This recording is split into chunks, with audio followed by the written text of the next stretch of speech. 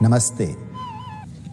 The CYTER, Center for Yoga Therapy Education and Research, has been functioning in the Sri Balaji Vidyapith University since November 1, 2010. CYTER is an innovative center. It is a center focusing on salutogenesis, all the causes and the methods to maintain, sustain, and attain health in the individual. The innovative focus of CYTER is on salutogenesis, the concept of health promotion and disease prevention and management that enables us to work towards the holistic health and well-being for all. All students of the constituent colleges of Sri Balaji Vidyapith are exposed to the yoga training on a regular basis. Yoga, the ancient art and science given to us by the Indian civilization, the gift to the entire humankind, is being propagated through Sri Balaji Vidyapith in an innovative manner. Here at CYTER, because we are in a healthcare medical institution, we are able to serve those patients who are suffering from various psychosomatic, lifestyle, stress-induced disorders.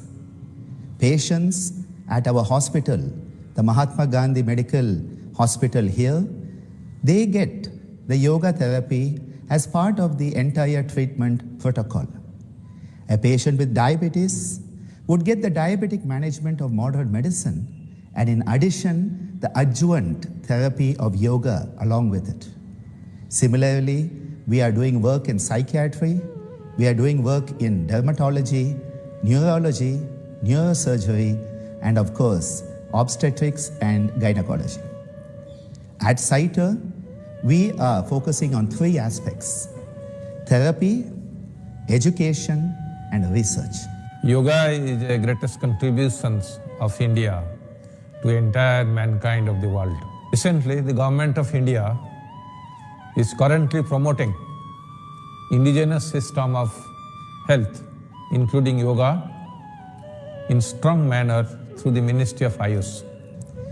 As a therapeutic center in a medical institution, we have given yoga therapy as individual, small group, and larger group settings for more than 52,000 patients in the last 9.5 years. We have looked at giving them an opportunity to heal themselves, facilitating the self-resilience and self-healing mechanisms through adjuvant yoga therapy. Along with this, we have done extensive research. The research in the form of 19 completed projects, 88 publications, 31 abstracts, and 9 copyrights in the name of Sri Balaji Vidyapith. CYTER has contributed to many best practices that are innovative, and 9 of these have received copyright registration in the name of Sri Balaji Vidyapith, and 3 of them are very close to our heart because we address the neglected sectors of the population through these best practices. One for the special children through the Divyanga Yoga, and second one for the senior citizen of the society through the Silver Yoga, and third one to the transgender population through the salutogenic approach to the transgenders. And through these, we are alleviating the problems, many of their problems which have not been addressed through the yoga techniques, through the various aspects and concepts of yoga. We are able to reach out to them through these practices and techniques. I am Dayanidhi, working as a yoga lecturer at CYTER SBV. I am really happy to doing my PhD yoga therapy at CYTER. Here we have a hands-on experience with patients coming from various departments. Also, we can go into different wards, even ICU, to giving yoga therapy for the various kinds of patients. And here, CYTER, we can build a connection between modern science, allopathy, with the ancient science, yoga. Looking into the hows, whys, and the mechanisms of how yoga therapy enhances healing, facilitating a state of health physically, emotionally, mentally, socially, and even spiritually. We are very unique because we can offer different yoga therapy academic programs under the banner of Sri Balaji Vidyapith. CYTER has started various programs such as diplomas, postgraduate certificate programs, MPhil programs, as well as PhD programs in yoga. In addition to that, in the field of academics, for the first time, we have introduced yoga therapy in the curriculum of nursing college in our institute. Our therapy programs are ranging from PG certificates in yoga as a therapy, PG diploma in yoga therapy, MPhil in yoga therapy, all the way up to the PhD in yoga therapy. Hi, I'm Ellie Wilson. I'm visiting from Australia. I am doing an internship with CYTER. I've had many amazing experiences working in the hospital, in the neurosurgery department, neurology, and recently general surgery. Numerous students have graduated as yoga therapists, becoming the first to come out of this innovative setting in a modern healthcare institution. We have been celebrating the International Day of Yoga right since the first such day in 2015, and every year a minimum of a week, if not 2 to 3 weeks of activities involving various stakeholders, thus propagating yoga in its holistic manner. CYTER is one of the rare centers in the whole world where yoga therapy is part and parcel of the day-to-day activities of a medical institution. Our patients benefit from yoga. The students of Sri Balaji Vidyapith, whether they are medical, dental, or nursing, they are exposed to yoga as part of their curricular and extracurricular activities. This is truly one of its kind center in the world, and we thank the international community for its support for all our activities. We thank the benevolent management of Sri Balaji Vidyapith, the visionary administrators who enable us to do our best to bridge the traditional system of yoga with modern medicine. Promotion of yoga in the society, among the students, among the people, and will keep our flag of SBV flying very high.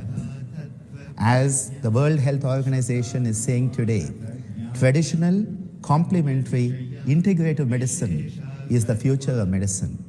And CYTER is striving to achieve that future right today, along with your wonderful cooperation. Thank you.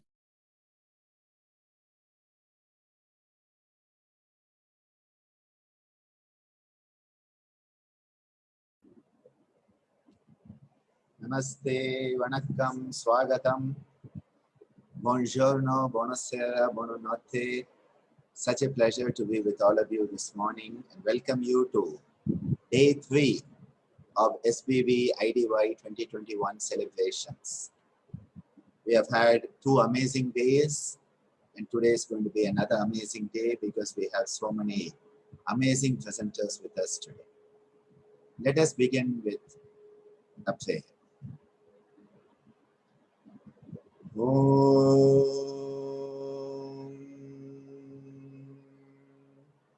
Sahana Vavatu Sahanau Bhunaktu Sahaviryam Karvavahai तेजस्विनावधीतमस्तु मा विद्विषावहै ॐ शान्ति शान्ति शान्तिः ॐ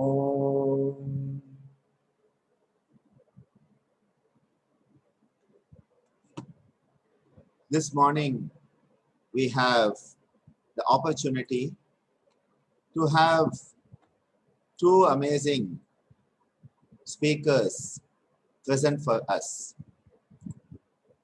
The first talk of the session this morning will be by Yogacharani Sangeetha of Italy, and this will be followed by the second session, which will be given by Dr.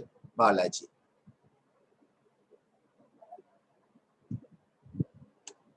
The session by Dr. Balaji will be a session that was initially in the name of Professor Madan Mohanji, and as Madan Mohanji is still recovering from his surgery, with his blessings, we have requested Dr. Balaji, Yoga Chammal Dr. Balaji, to present Sir's talk today because it's a very important talk. The first speaker today is my dear Yogacharani Sangeetha.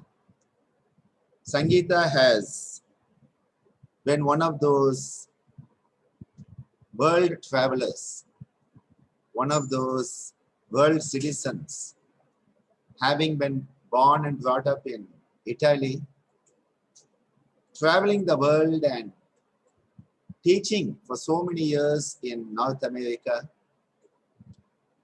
And when I look at the work she has done in North America with various universities, St. Paul and others, what I find is that her impact on her students has been one of transformation. A good teacher is not just one who gives you information, but helps the student to transform themselves. And she has done that for countless students through her academic work.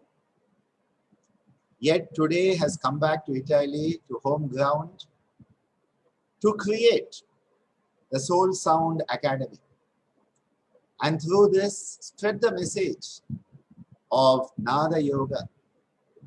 She is also a certified life coach, and her training at Ananda Ashram in Pondicherry has created in her a space where yoga can live, thrive, be loved, be lived, and be shared.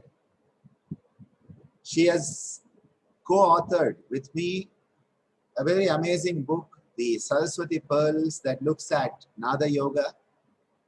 And when the moving force behind the Yoga Darshana of Maharishi Patanjali, that was one of the creations that came out of so many sessions on the Yoga Sutras, and a very beautiful audio series on the Yoga Sutra chanting, where she, along with Yoga Chammal, Yoga Tilagam Meena Ramanathan, who is also with us on the screen today, and Yogacharani Devasena Bhavanani, creating an amazing resource for the audio, for the chanting of the Yoga Sutras that have benefited so many countless people around the world.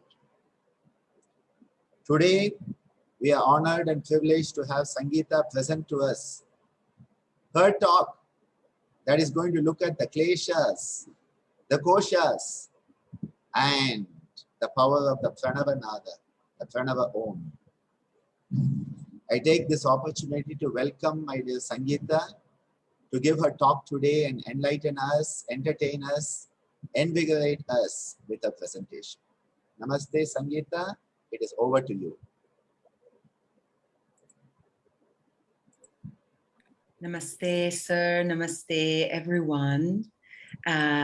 Such a privilege in a very humble way. I mean, such a privilege to be sharing this distinguished group of guests, as well as the audience, international audience that is truly attending this beautiful Yoginar. I'm really moved by your words, sir. Thank you so much. And without further ado, let's go straight into this presentation that I have. Really the joy of sharing with you. Of course, the kleshas and the koshas and the pranava om will take several lifetimes to address individually. And so all of the teachings and all of the amazing inspiration from this talk are truly not mine. They are coming from the Guru Spirit, from the blessings of Sanatana Dharma, and from the teachings of all of my mentors, while all of the mistakes are mine. So let's start with that, a parenthesis, so that we clear the space immediately. So salutations, praises, and prayers to the Rishi and Gurus, because I am truly a vessel for these teachings to come through. And deep gratitude to the culture of Sanatana Dharma and Yoga, of which, of course, I have come to a later stage in my life when I was in my 30s. And so it feels truly a real gift and a blessing to be a spokesperson in this context of a culture that has welcomed me as if I were of its own, a daughter of it. So I would like to invite everyone to just close your eyes for a moment, or make your gaze soft, if that's possible, and take a deep breath. And let's just connect for a moment to the breath as it flows in and out of the nostrils. And relax the brow, relax your eyes, relax your chest. And take a moment to feel the heartbeat and perhaps even hear the sound of the breath. And notice the heartbeat, and if you're able to soothe any tension, extra tension in your body, we can do that at this time. And as you continue breathing, allow the sounds of the inside of your body and the outside of your body to merge as you expand your listening skills to be inclusive and gentle.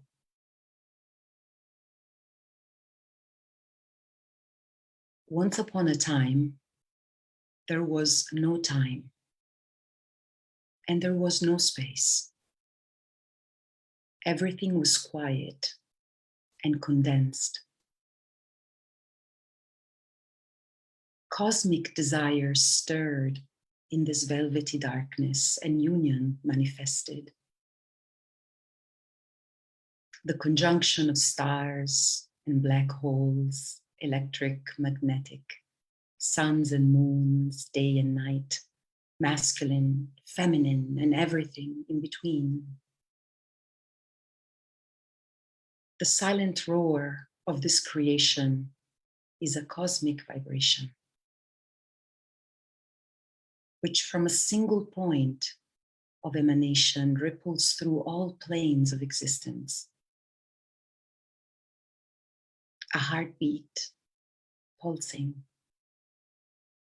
We are the fruits of this desire, of an intelligent dance of particles and waves that poets call love. And to love, we are all flowing into love. We are all being. So you may very gently open your eyes if your eyes were closed. And this is the image of, it's a digital image of us.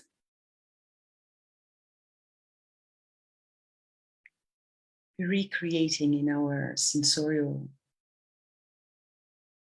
experience that moment of creation, of universal creation. So sound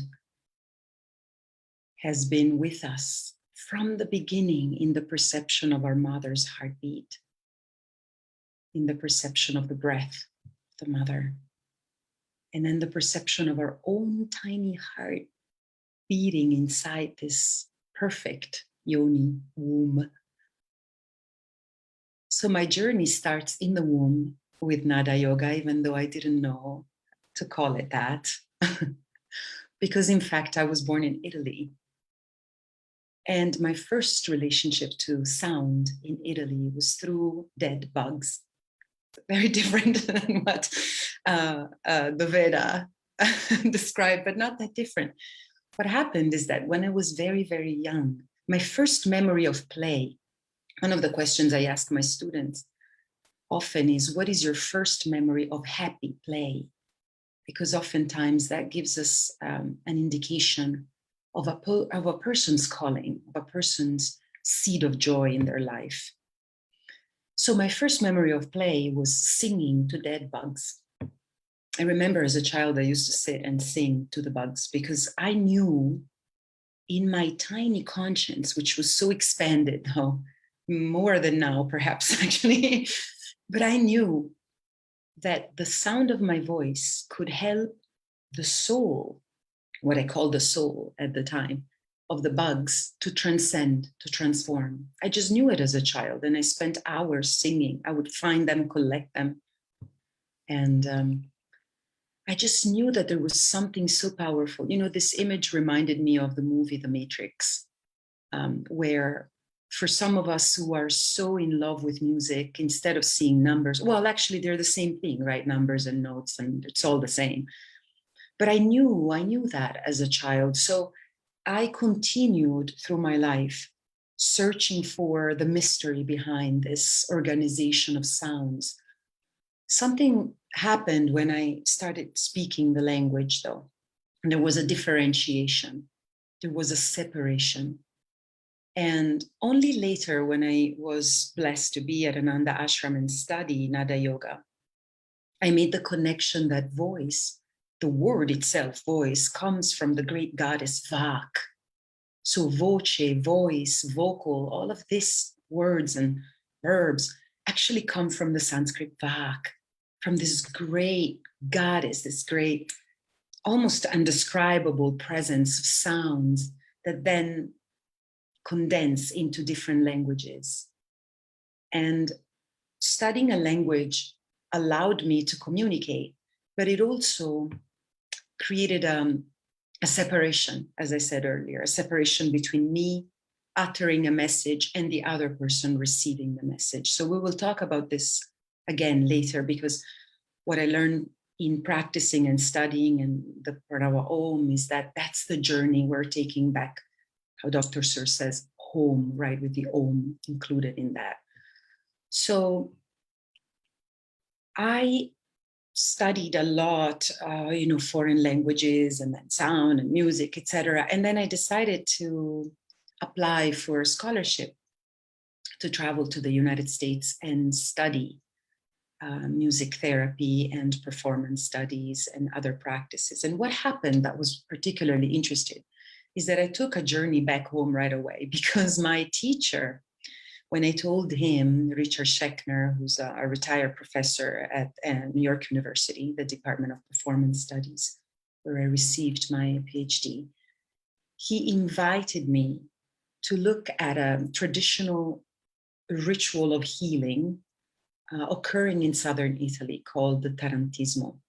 Of course, I was very upset because I had gone all the way to New York City to study performance and jazz and blues, and he sent me all the way back to where my grandmother, an area close to where my grandmother came from. And I didn't want to learn about these folk songs from my grandma. You know, I was in the city. And of course, life is so interesting that way.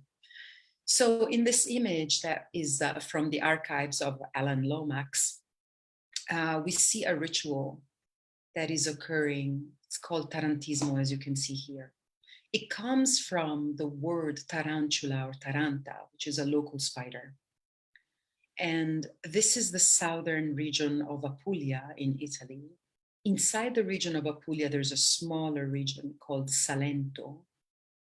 But a lot of these rituals in various manifestations occur throughout what was once the Magna Grecia, or the Greater Greece, meaning that this was a region, because Greece is right over here, of invasion and also cultural flourishing of the Greek culture. And a lot of these rituals have ancient connections to previous rituals that understand music as medicine. So actually the word therapy, because I was thinking, you know, the yoga therapy, where's that therapy comes from? It's a Greek word, therapeuin, which means to take care of. Before it means to, you know, to cure medically, of course, it means also to take care, to care. And yesterday, our distinguished guests, you know, speakers talked about the importance of healing as part of curing. And therapy in itself contains that capacity to heal and cure at the same time, because the word itself means that. So in these rituals, the understanding in this particular area of the world is that specific animals have a vibration in their venom that is able to cure. This is true for spiders, snakes, scorpions. There's homeopathic methods. Tarantula, for example, is one of them, and so on, right? So this is where we inherit, you know, from these folk indigenous cultures around the world. So I was really amazed. This was the first time that I learned that music can heal and also cure. And in this particular context, there was a really fine and thin line between healing and curing. And I fell in love with that. I fell in love with that concept, that the vibration of an external substance like a venom, something that can poison you, can be used to heal a psychosomatic issue. In this case, the people who were bitten by the spider, therefore receiving the vibration of their venom in their blood, were mostly women at the puberty age, who we would define as people with mental conditions, mental health challenges and conditions. And what happened is that the musicians had a repertoire of songs that, in their understanding, would send a vibration to match the vibration of the venom inside the person, and entrain that vibration and bring it out of them by helping them move, and therefore overcoming particular conditions that now we also perhaps understand as depressive states or anxious states. What I was particularly interested in at the time was to understand the difference between how doctors and anthropologists would describe this ritual versus how the indigenous people would describe it. And I saw that the doctors, for example, from the Middle Ages until now, the description of the symptoms and how to cure them would adapt to the political and the economic language of the time. And so something that was an exorcism in the Middle Ages became women's hysteria during Freud's time, then became women's liberation during the 60s. And now it's a cultural expression of the youth, for example, right? And so it was so fascinating to see that. And so I continued on and continue studying with great teachers in the United States, including, you know, composers, not just doctors, but also composers and indigenous musicians from around the world. In New York City is such a great place for that, you know, to have access to such an array of scholars. And some of the very, very basic, this is very basic, of course, is that when we study music therapy, we learn that specific types of music, not all music, but specific types of music, especially when composed and performed with a clear intention and focus, help with stress management, pain management, mood enhancement, social connection, rehabilitation. These are just a few. And Sir, Dr. Ananda yesterday was mentioning that classical music from around the world it's a shared understanding that it's a great therapeutic tool. And I would add, as well as indigenous music composed around the world that is called healing songs or medical songs or cure songs, or just different traditions call them in different ways. But what's really powerful here is that if you are in that cultural context, then music therapy works with your memory, works with a sense of belonging. You remember, so for example, studies of how you can use music with Alzheimer's patients or patients who are recovering from a stroke, who can't talk, but they can sing. And if you sing a song that taps into a particular part of their brain that is connected to memory through music, they will be able to do incredible things that they can't do if you're just inviting them to talk or to communicate in other forms, right? So there's great research on that. It's just beautiful. But that's really powerful because there's a difference between music therapy and sound healing. Now, music therapy relies on a cultural context.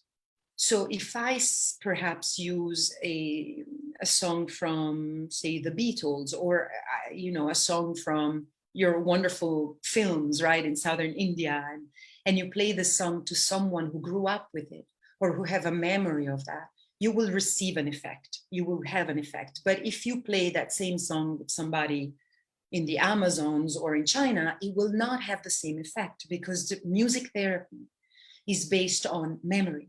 It's based on, again, a sense of belonging, which therefore is connecting to specific parts of the brain that are the reptilian mammalian brains, as well as the amygdala.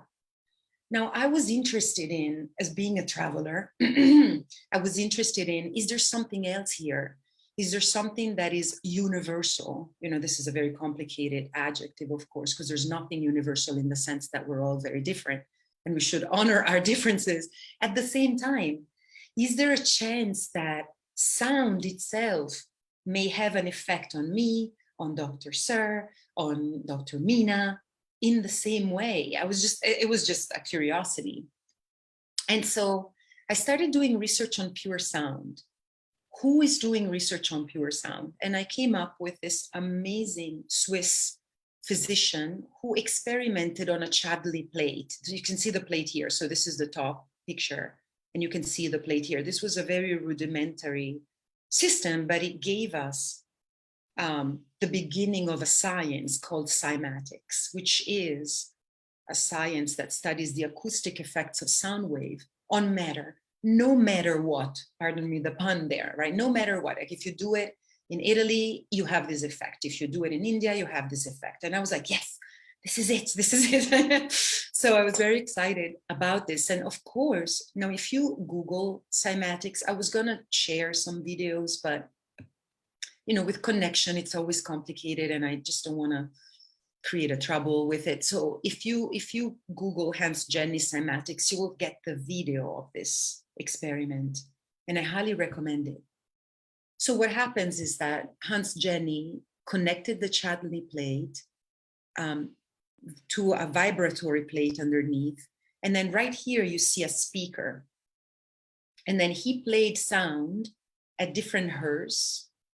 And what he observed is that going from the lower hertz he could produce audible to the human ear to the highest, he would begin to get all of these different shapes, all of these. So for example, at 55 hertz, you will get this. At 120 hertz, you will get this, et cetera, et cetera. The Faraday waves that you see, this is sand, by the way. He tried with sand, he tried with flour, he tried with different, types of matter to also test the weight of that matter, of course, because there's the particularities of the matter that will change the experiment.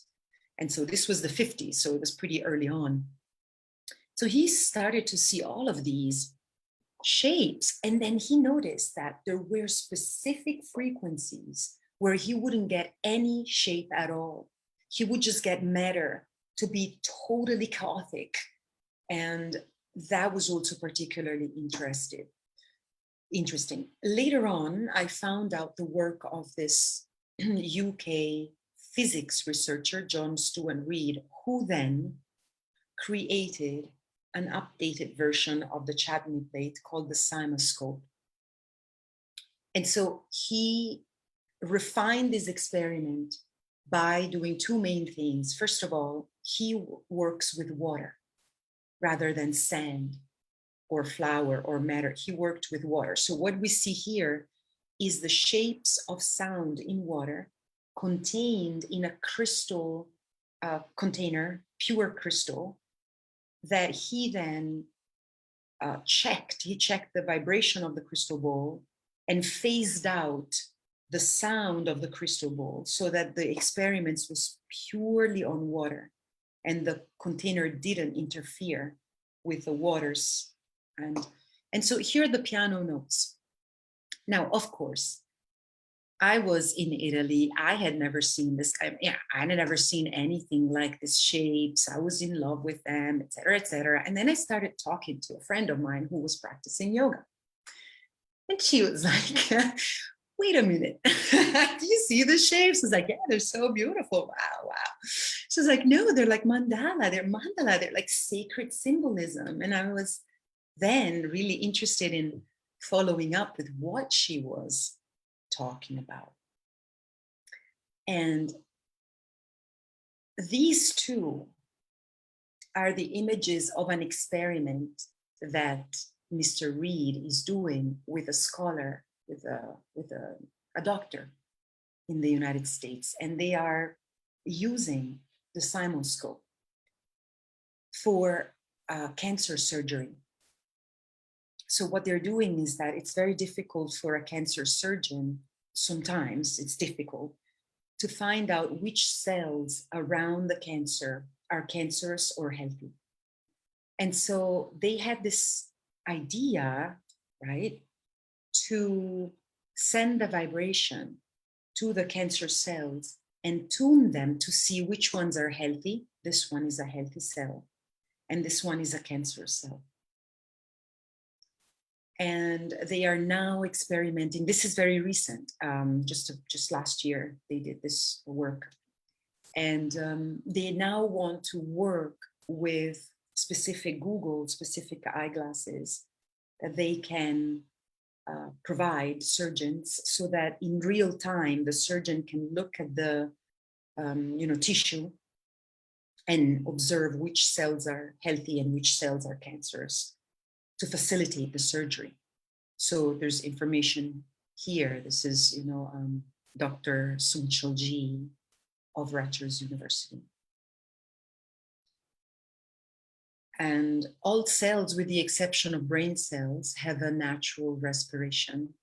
And the cell movement creates sounds that are inaudible to the human ear, but that can be precisely caught, say, by the Cymoscope or similar instruments. So this is one application, right, of how sound can be used in therapy and medicine. So we have the musical therapy track, right, where we work with memory and we work with songs and song making and dance. And this is so, useful, particularly also to the family of people who are, healing or dealing with stroke or ictus or cancer or Alzheimer's, because it does create a moment of connection.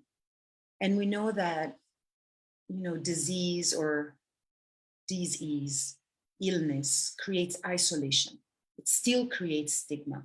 It still creates disconnection, not only between the person and society, but also between the family and society. It's difficult. So music making together, it's a wonderful way to overcome not only the challenges of that particular illness, but the social stigma. Then we have this other track of working with sound, machine-made sound in health. Ultrasounds are another examples. These are all not yoga, by the way. It's not just chanting the mantra. But I'm speaking from the point of view of Westerners, of course, right? Because this distinction is not necessarily so true for people who were brought up with in the amazing, Sanatana Dharma culture. But for the ones who, like us, were born and grew up in the West, we can begin to bridge some of these distinctions and connect and talk with each other. This was a message that was delivered yesterday too, during this amazing Yoginar. So we are 70% water, more or less, depending on your age and your level of hydration. And our brains are 80% water. What I mean by water is fluid, actually, really, truly. So sound creates the shapes inside of us. And then my next question was, how can we use sound to improve our physical, emotional, and mental health? And this is where I took my journey to India. This was exactly the same time where I started to have these questions, because this is how I looked in 2009. Not him, but all around him. This is how I looked in 2009. This was my mental state. I was blessed, I was healthy, I had a job at a very good university in the United States, loving family, certain amount of financial security coming from my job. And yet I was not well. I just was not very well. I was dealing with very difficult mental states, and I was constantly angry and exhausted. And I couldn't figure it out. I couldn't figure out why. With all of the access and privilege I was enjoying at the time, I was not well. I just didn't know how to stop this. This was constantly going on. Self-hate, criticism, doubt, resentment, constant. And I didn't know what to do, because also I was studying all of that. I know that this was a very chaotic state of inner sound, but even though I had all of the tools coming from my studies, I didn't know what to do.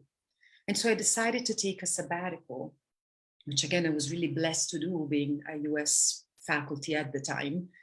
I decided to take a sabbatical, and I didn't know what to do with the sabbatical, because even just thinking about the sabbatical was creating more of this. And so what happened, and this is where the grace of Sanatana Dharma and the grace of the Guru embraced me, right? Because it's only through grace that we are able to receive certain teachings, truly.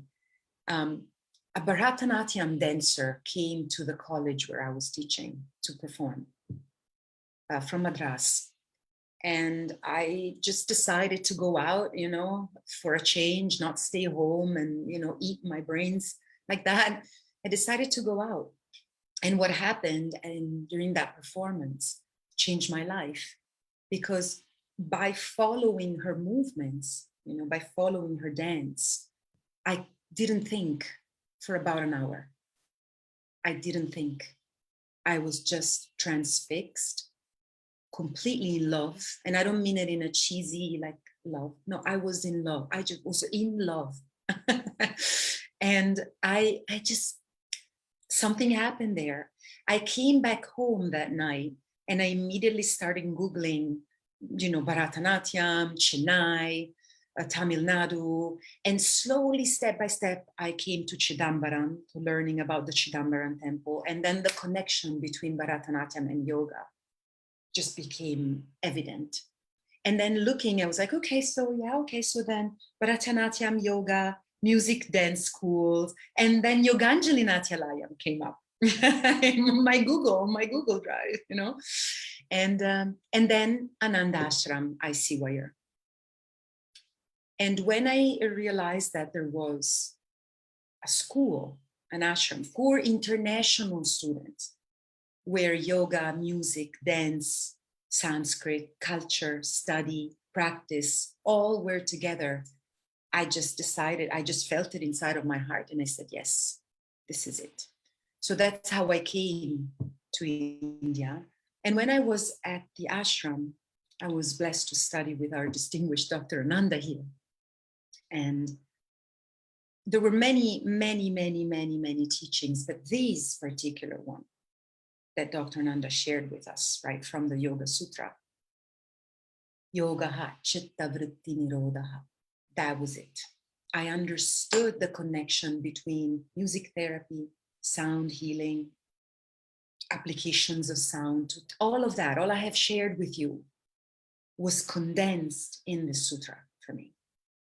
And what was more important is that it started to heal. Actually, it started to heal something inside of me.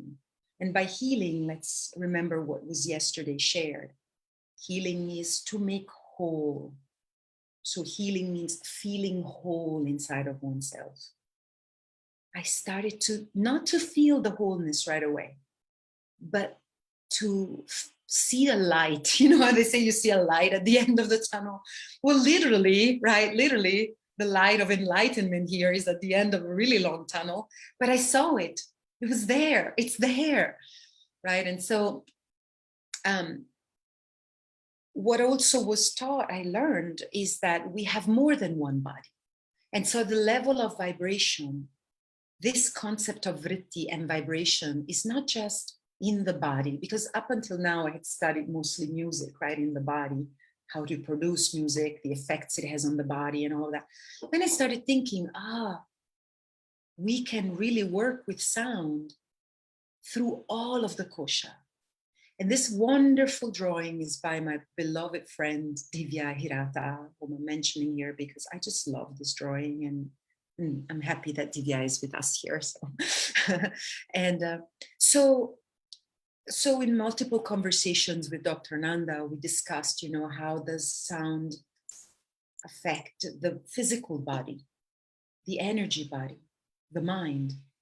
And something that was taught, and then later I will introduce in a few slides, is how the pranava Om contains the teachings. All of these teachings are the Om, because the Om, of course, is everything.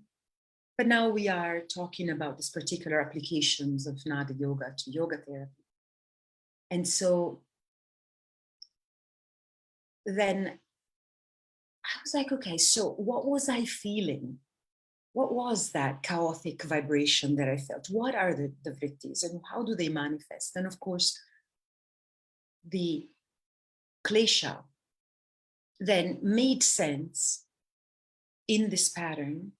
And again, this is not me inventing anything. This comes from the teachings of the Guru Parampara of Yoga Maharishi, Dr. Swami Vitananda Giri, and Dr. Sir here. But it dawned on me. I was like, so maybe there's a correspondence between the kleshas, abhinivesha, clinging to life, that my physical body feels, because I may be a very, in quote, enlightened being, but if I am hungry and I'm about to die, certainly some other aspects of my personality will emerge, for sure. Then the pranamaya kosha is this emotional attachment to pleasure and disgust.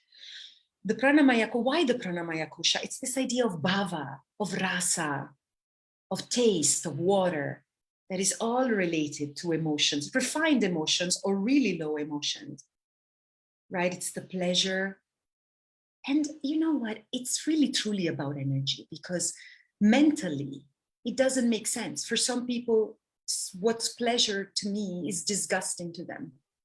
And what's pleasure to another person is disgusting to me. What's night for the yogi is day for people of the world. This is true for the raga dvesha process. And then the manomaya kosha, avidya and asmita. Of course, the upper or the greatest, more refined kosha are not afflicted by the klesha. So I was thinking, how interesting. So how do we sum it all up? The power of the human voice. Salutogenesis through yoga therapy is the power of the human voice. So as a yoga therapist, first of all, the sounds we have inside. If you have discordant sound in your mind, that's the first step of working with yoga sounds inside. You, as a yoga therapist, you need to check, we need to check what sounds, what words, what thoughts are in our minds. Because even though they may not be heard, as we saw, they will travel.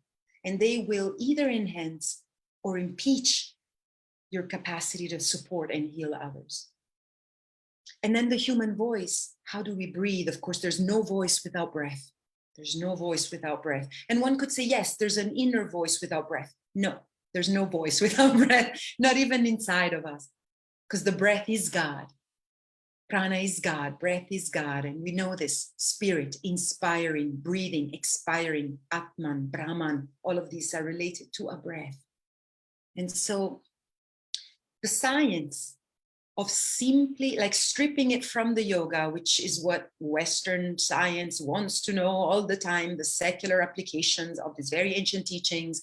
Let's just prove it. Yes, yes, yes. There's tons of research. And then, you know, Sir and Dr. Madan Mohan Sir, Dr. Meena, and all of these amazing team members of CYTER, ICYER, and all of these. There's like 2 million papers that I have put at the end of this presentation. I'm not going to talk about their research. They're right here. They will talk about the research. It's proven scientifically. There's proof, okay? Increased circulation, lowers blood pressure, strengthens the immune system, melatonin, cortisol. Chanting with nasal sounds for 5 and more minutes have an immediate effect on blood pressure, serotonin, dopamine, oxytocin. There's thank goodness there's research now, because we must prove what the Rishi have taught us from time immemorial. Okay, there's a proof. We got it, okay? At the same time, there's this spiritual healing, right, that we want to talk about. And this is what I feel is perhaps my biggest contribution at this time, is to bridge, right? Because spiritual healing is not religious healing. It contains religious healing. It does. So a yoga therapist doesn't necessarily have to use spiritual if they're uncomfortable with it. But we must include it in our consciousness that that's what we are doing too. Because without spiritual healing, so spirit means to breathe. Spirit means to breathe. Anything that revolves around the care and sharing of the mystery and beauty of breath is spiritual. It is. It's by its own nature. The meaning of spiritual is the breath. But not just breathe in, breathe out, breathe in, breathe out, 5 minutes of pranayama. You got, okay, yes. No, we are ready for something more now. We are ready to slow down and learn that the vibration of the divine is the pranava. What does that mean? What does that mean? Is that inside the breath, the sound of the breath, is the healing potential of us as therapists or healers, or however we want to, describe ourselves. And this is it. This is what contains it. This is where we belong together. This is where we belong together. And the image very much kind of ends in a way the presentation, but it also connects us to the beginning of us being in the womb that I showed at the beginning, right? It's connected. This pure vibration condenses in a bindu. And now if you remember the images of the chutney plate, each one of them had a bindu at the center. Now, some of the scientists will argue, yes, because the chutney plate is circular, therefore there's going to be a dot in the center. That doesn't mean it's a bindu. It's like, okay, fine, okay. It's a bindu. Okay. Yes, and it's a bindu. Because the universe is a spiraling. The universe is a spiraling oval. Ellipse. And through this play, we come to life. And the healing occurs when we are able to connect back to the truth of this. When we're able to connect the physical, the emotional, the mental, and the supramental, the wisdom, the bliss, that's when actual true healing occurs. Now, depending on the cultural context, it's up to the therapist to describe that in a storytelling fashion that makes sense for the person they're working with. for sure. That's why the teachings of these particular system, the Rishi culture Ashtanga Yoga in my case, is that we must remember that there's a spectrum. Okay, so on the one hand is pure sound and beyond. In this pure sound and beyond, personality stops to exist. There's no more personality. There's only being. There's no more I am, I do, I this. On the one side of the spectrum, when we go very deep into the studies of the Pranava Om and the Vedas and Upanishads, there's the superation, actually the dissolution of personality. However, there's also this other spectrum over here, and it's a swing where each person must be seen for who they are, their name, their gender, their heritage, their age, their past. That's where the Om, right, the Pranava Om, the mantra, slowly starts to condense in the letters of the alphabet that then give birth to language. The system contains both. And so as therapists, we must be able to, one, understand the cultural context of the person we work with and honor that.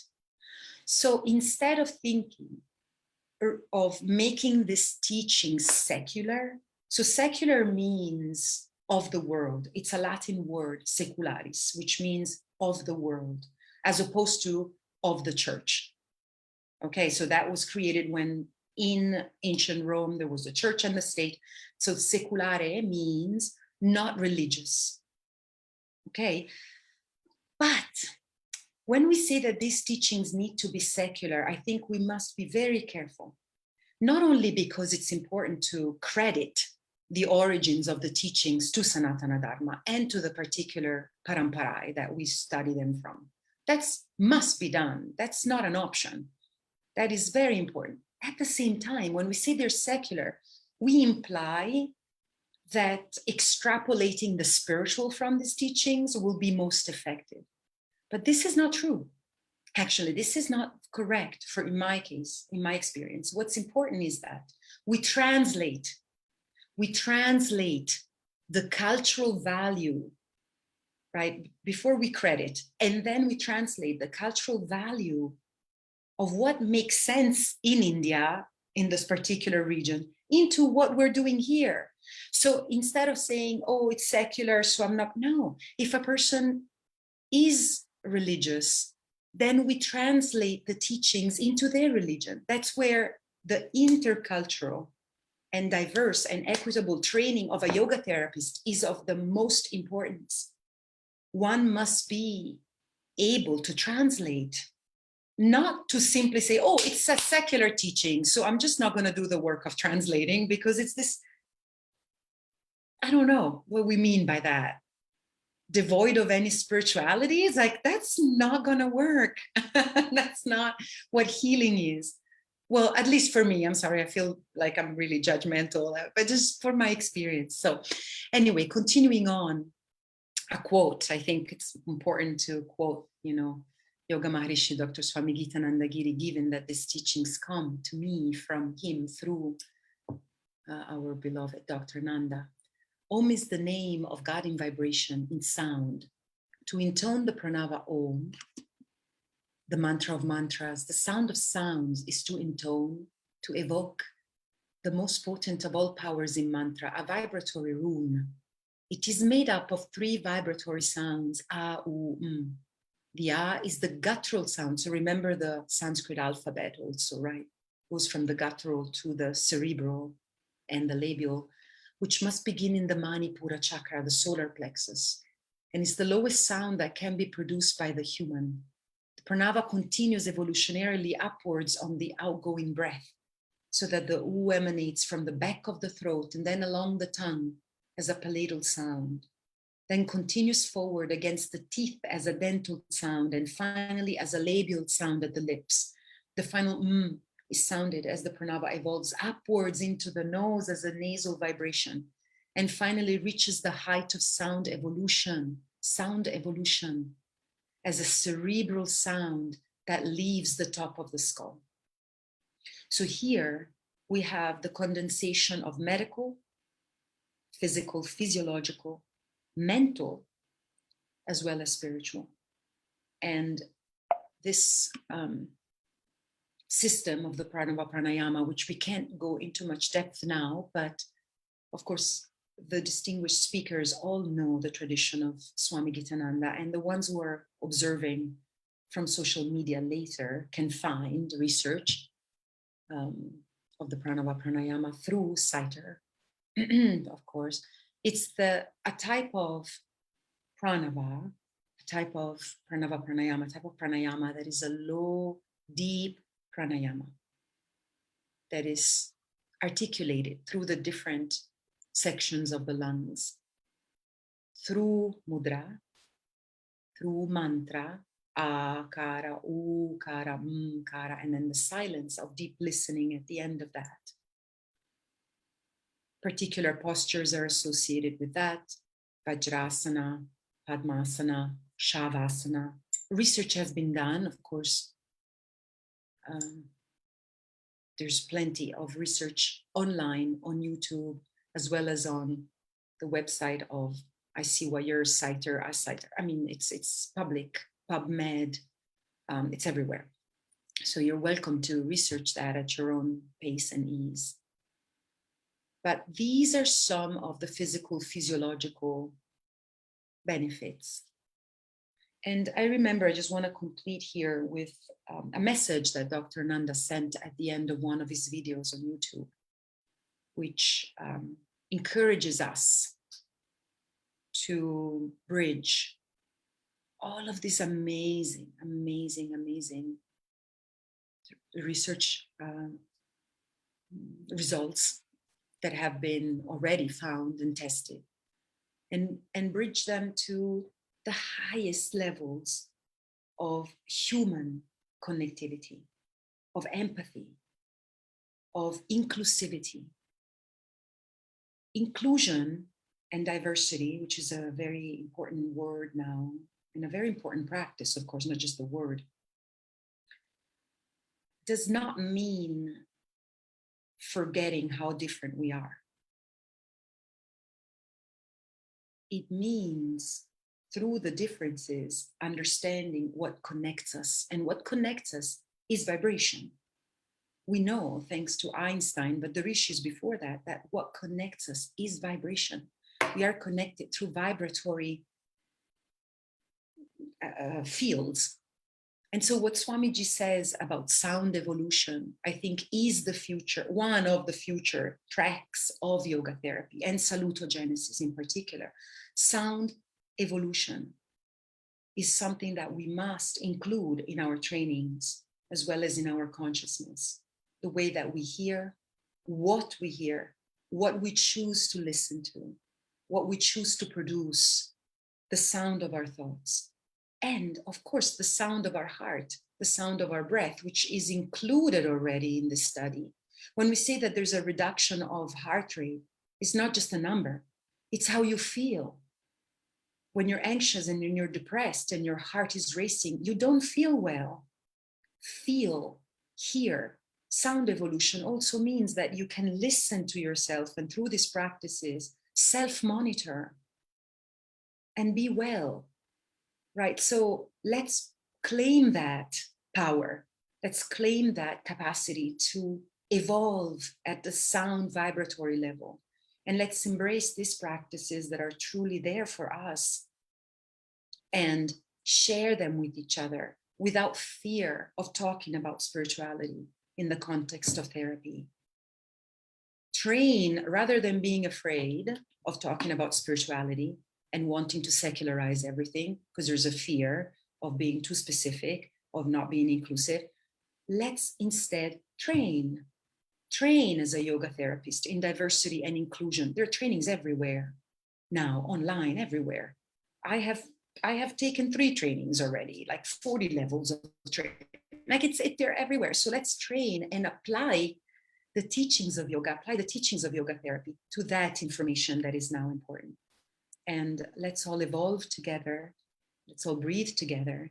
And of course, being this about the Pranava Om, perhaps we can all take a deep breath and bring our hands together in the Namaskara Mudra and chant and invoke the Pranava Om together if you like. Breathe out, breathe in.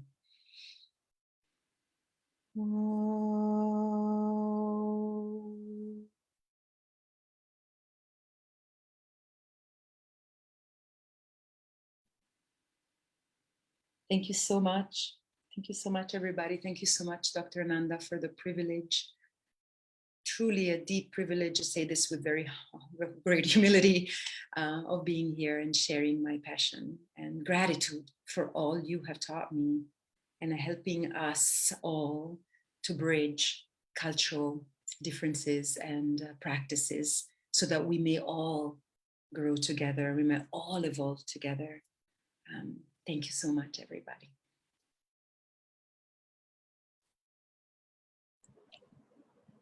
Thank you so much, Sangeetha, for that inspiring, awesome, Om-some presentation. It was Om-some. And the correlations you brought out, I think are so important that we need to keep everything wholesome, because if healing is becoming whole, as KS sir was telling us yesterday, to become whole, we have to keep the teachings wholesome, we have to keep the therapy wholesome, and we have to be wholesome. Because if wholesomeness is lost, how will we enable others to become whole? So I think it is such a beautiful message you have given us.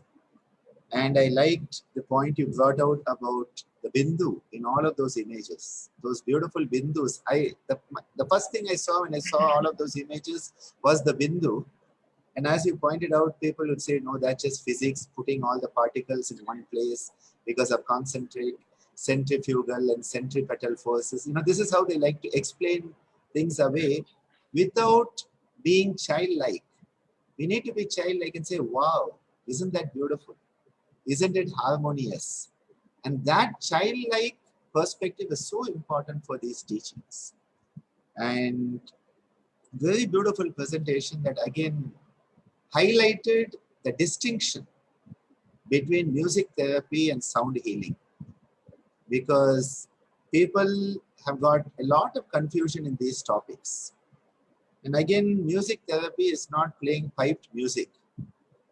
Piped music in five-star hotels is not music therapy, it is piped music.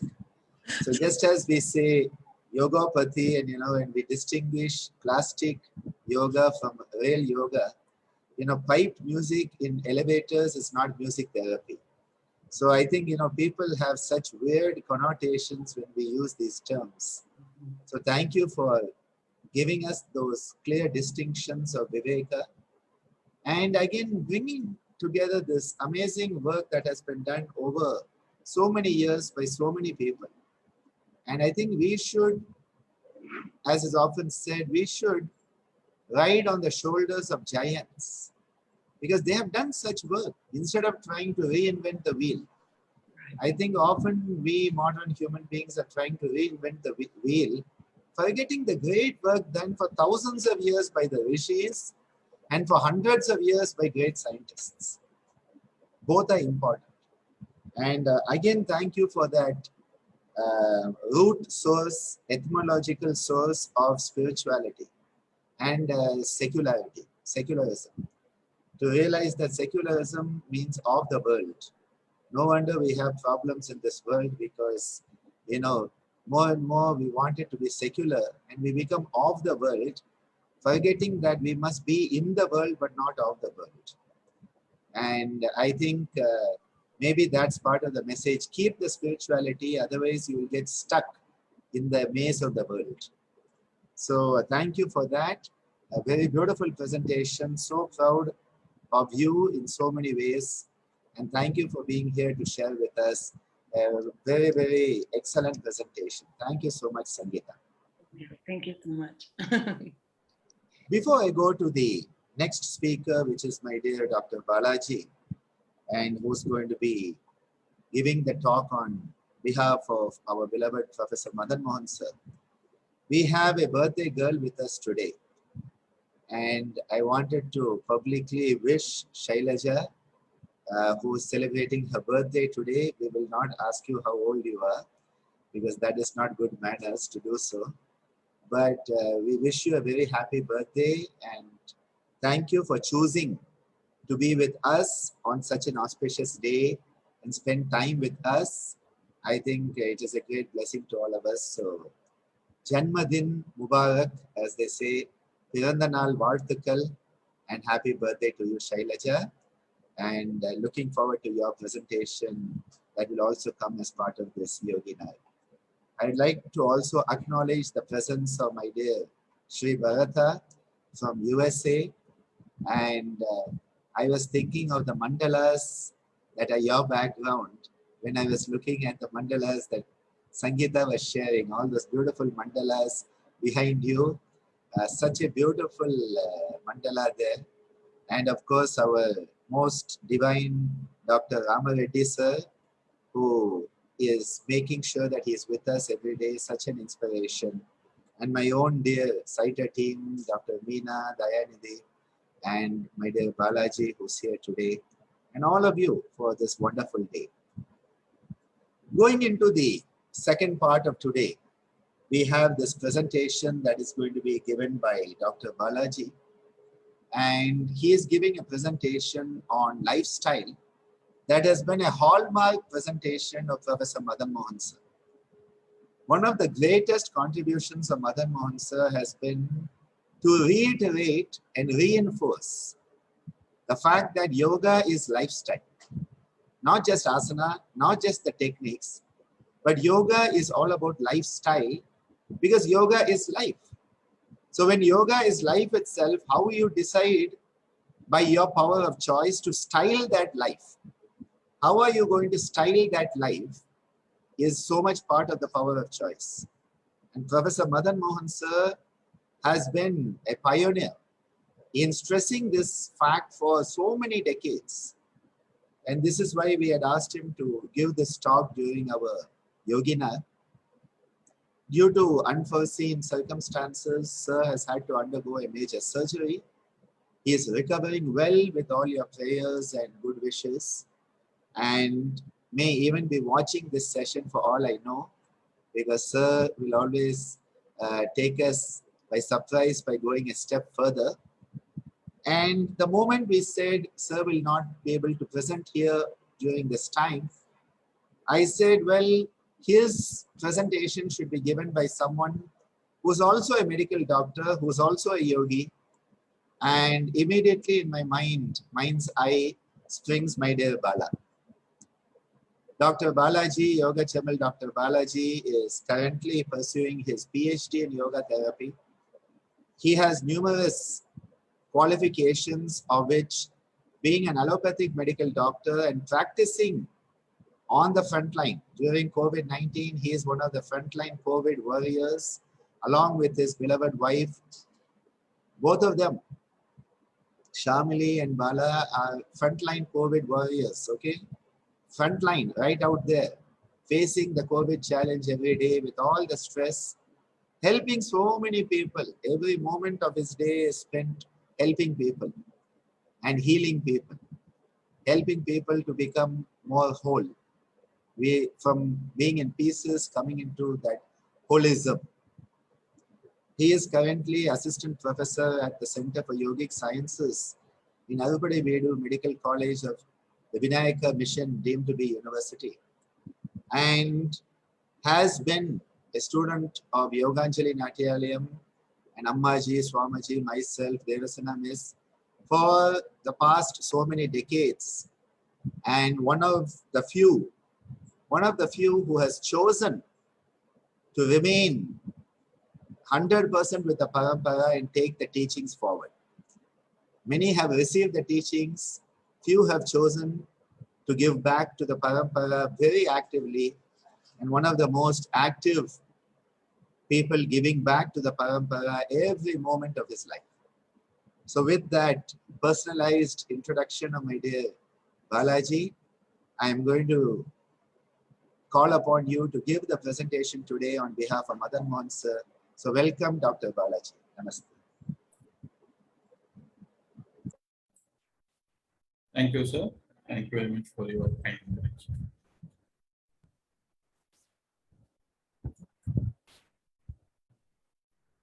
Can you able to see the screen? Hello, sir. Yes, Can you yes.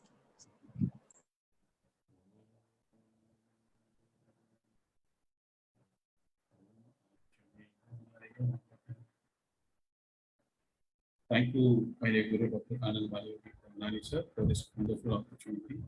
And I apologize because this is a big mountain who made these slides, and he lived this lifestyle for more than 48 years. So I'm just a pebble presenting the slides. As I don't want to call him as a proxy also, because I'm not eligible for that also. So it's everything happened in the last moment. So I'm sorry if I can't able to deliver sad message, and I will try to do my best to give his lecture on yoga, the best lifestyle ever this time. And Sar is doing very well actually, and he's very active. He started to use his mobile. And one part I want to mention here is my boys were taking care of Sar there in the hospital. They are very astonished by seeing Sar's physical energy, because at that time also he's just started to write again, started to speak, started to dictate something, and he is also giving instructions from us what to do and what. So my boys was totally surprised and shocked to see how much energy he has at this age after this big trauma also. So namaste to Madan Mohan sir also. And with that, I'll start my presentation on behalf of Dr. Madan Mohan sir.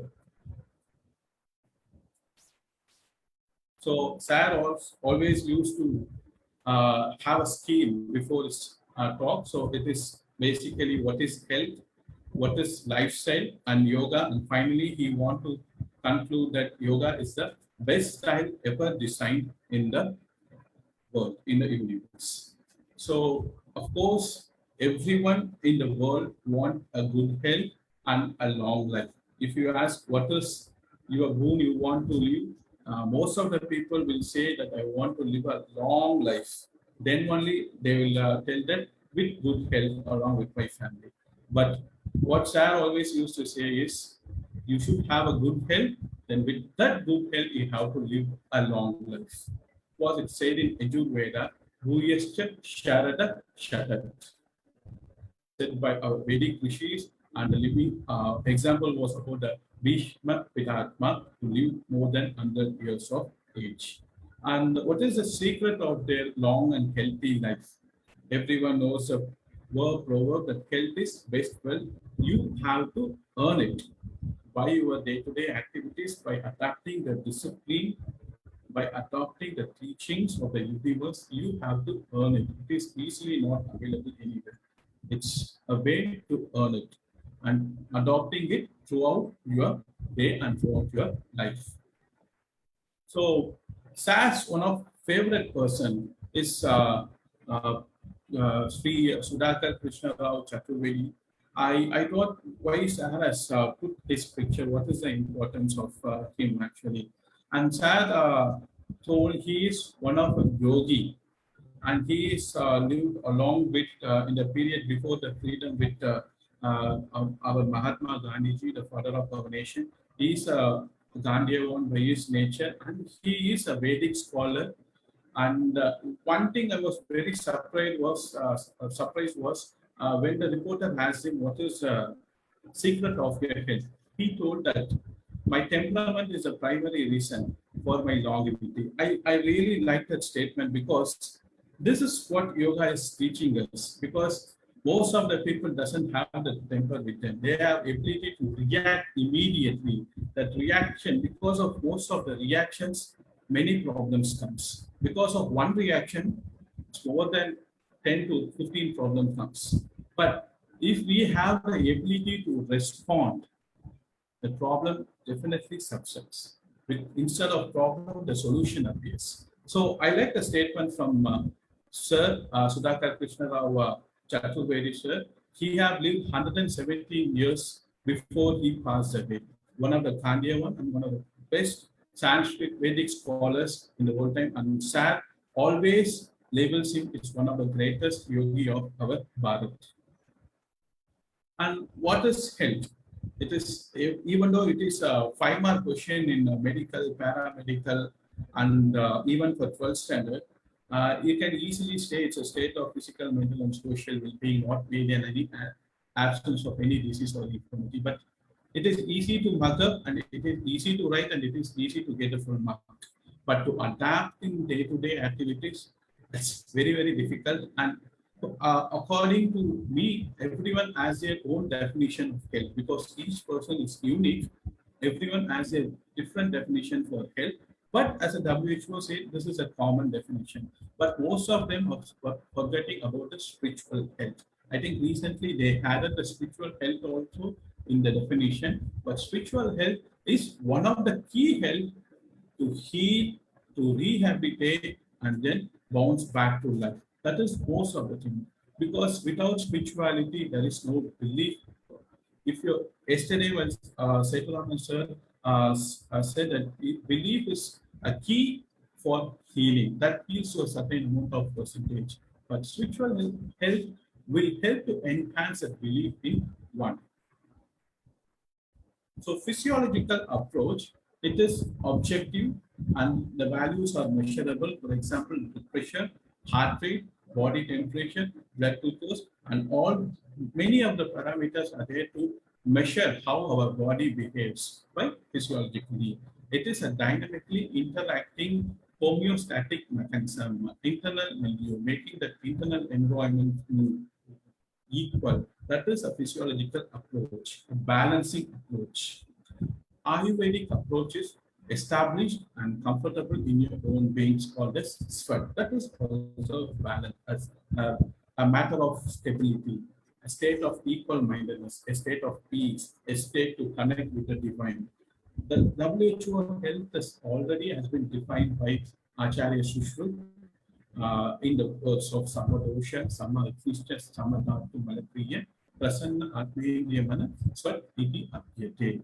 A very similar definition, the WHO has recently has given that definition, but our Acharya gave this definition long back. So positive health, perfect functioning of body and mind. How a body and mind perfectly function. So without the breath, it can't able to perfect normally. So breath is a key, plays a key role. It plays as a bridge to unite the body and mind. For that breath, we call it prana as a vital cosmic energy. If the prana is stable, if the prana is not stable, haphazard flow of prana lead to disease.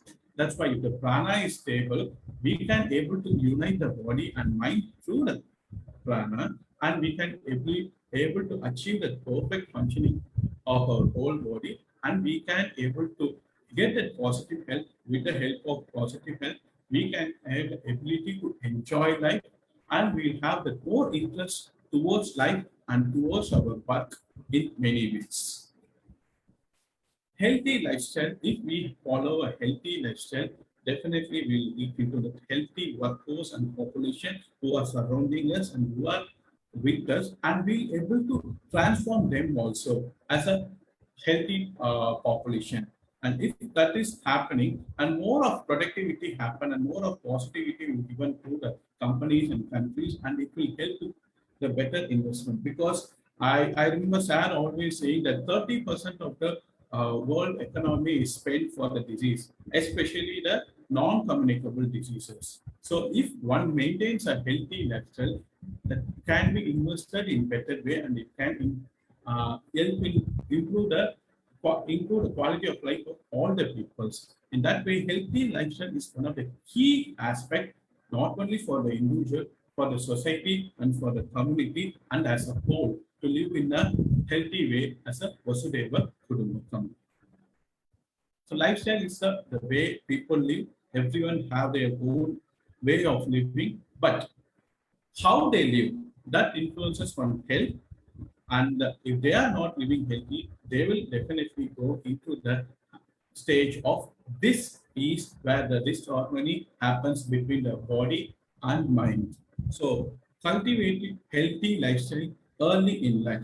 That's why in Yoganjali Natyalayam, we are uh, giving admission from at the age of after 5 years of age. We are admitting the younger children to cultivate a healthy lifestyle to them as early as possible, so that they will adapt yoga as a healthy lifestyle. So I am fortunate to have that opportunity to be one of them.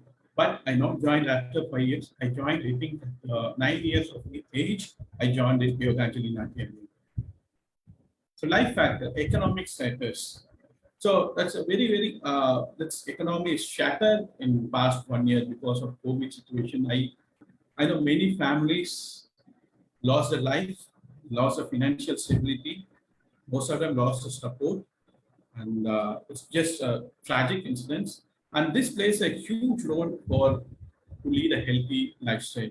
And most of the economic higher who are well in economic status, they go into the metabolic syndrome aspect of things, but most in the lower in the economic status, they go into this malnutrition kind of thing. Still, the malnutrition is happening in many parts of the villages in India. So it's still we can't able to actually remove that malnutrition from our part of the world actually. And cultural factors. He was the person who showed, which I shared the slide before. He was a vegetarian and he lived for 117 years. I'm not here to debate about vegetarian is a good diet or non-vegetarian is a good diet. To adapt with the nature, that is our culture. And to be a vegetarian is one of the good lifestyle disorders, and it is the best way to live, to have a dietary habit in that pattern.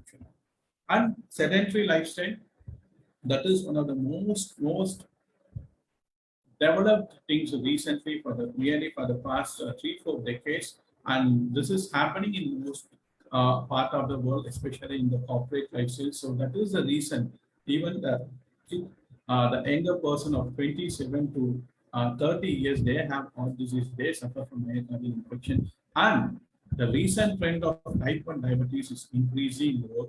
It's not because of sedentary lifestyle, but there is a relationship between that the sedentary lifestyle and type 1 diabetes also. Personal habits and like alcohol and smoking, working with the alcoholic de-addiction clinic.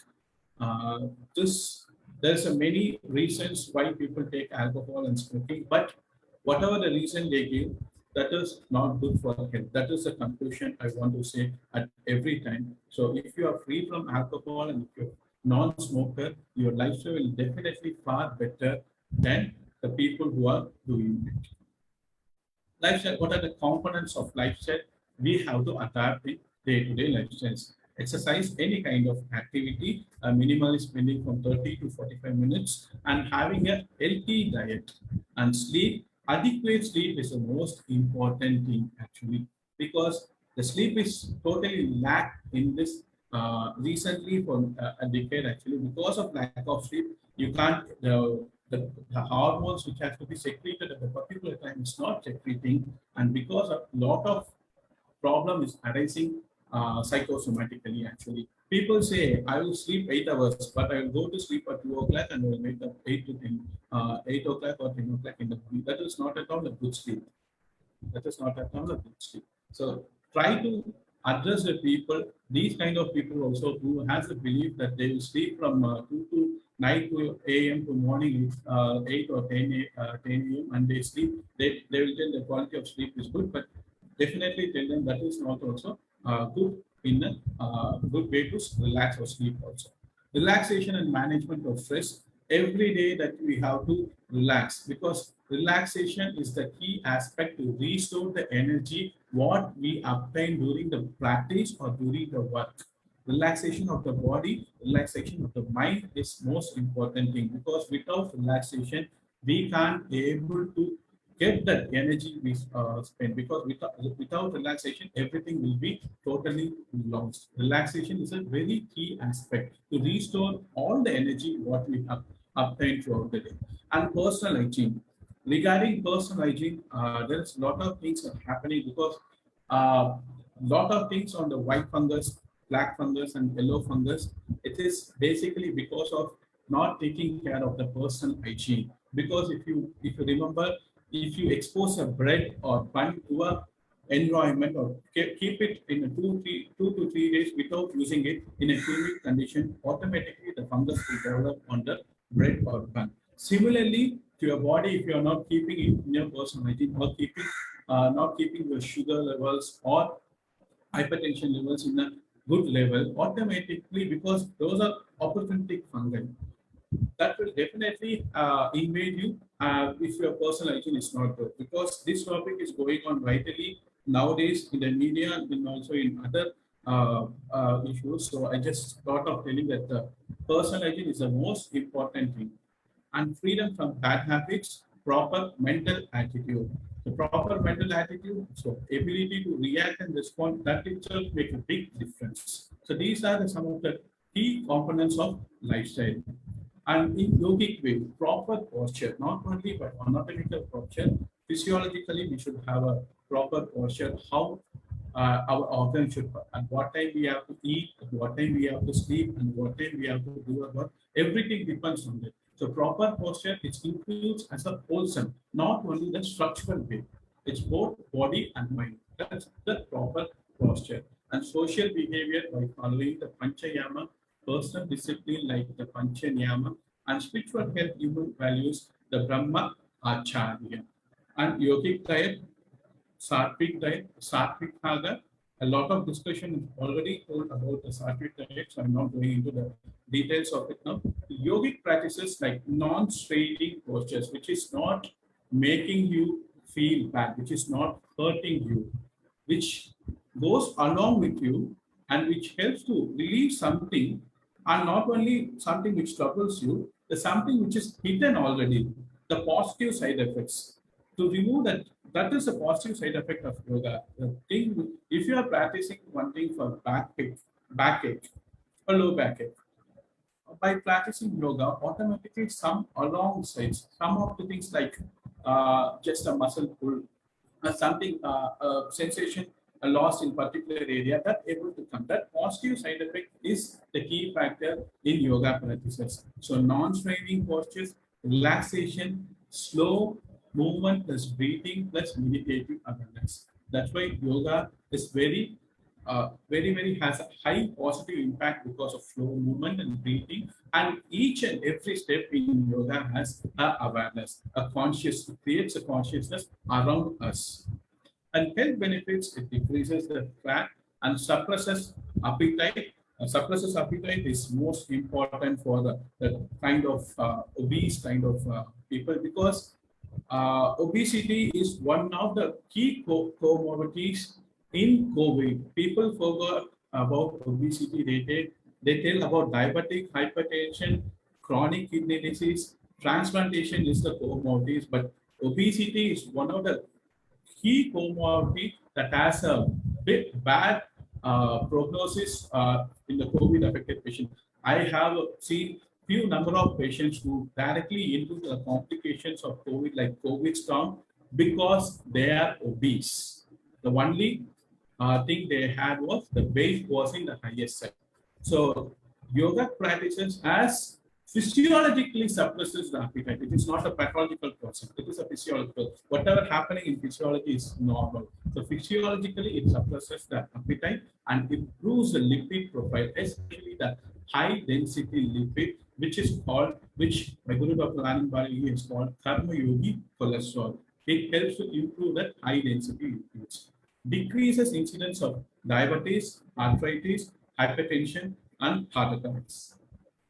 It helps to strengthen the muscles, bones, muscles and joints are more supple, improves cardiorespiratory functions, increases tissue blood flow and oxygen delivery. This is one of the key factors that in COVID, everyone has to do a breathing exercise, breathing therapy. That we are telling everyone breathing exercise, and it's totally different from pranayama. But this awareness is happening more because only the breathing exercise will help to increase the oxygen delivery.